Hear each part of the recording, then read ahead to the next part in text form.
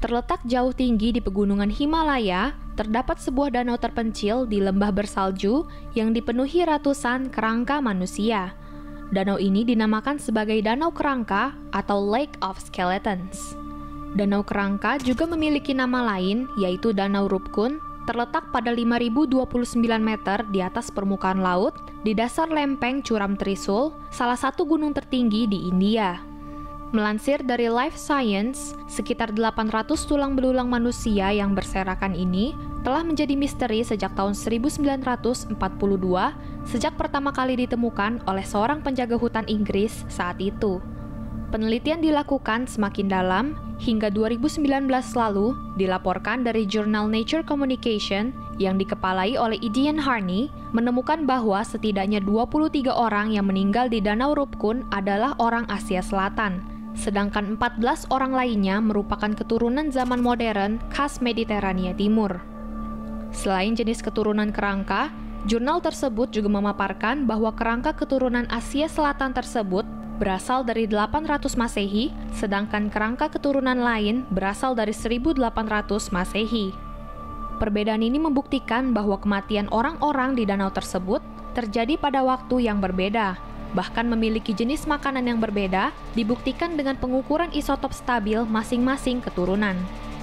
Namun tidak ada informasi tentang apa yang dilakukan sekelompok orang Mediterania jauh di sudut terpencil Himalaya sekitar tahun 1800.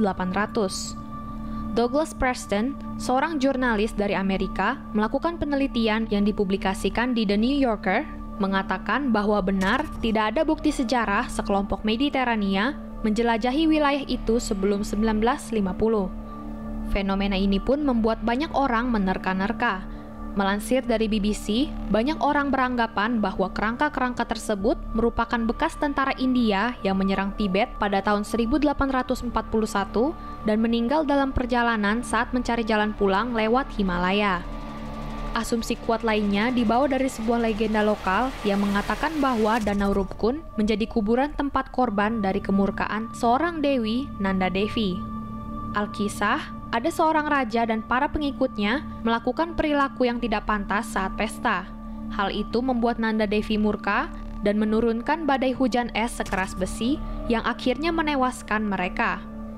Seorang bioarkeolog bernama Vina Musrif Trivati mengatakan bahwa jika selama ini semua tulang yang diteliti diambil secara sembarangan, dan dengan cara pengambilan sampel tulang yang salah bisa membelokkan hasil, maka dengan melakukan penggalian yang hati-hati mungkin bisa memecahkan misteri itu, terutama jika itu mampu menyelami danau itu sendiri, katanya.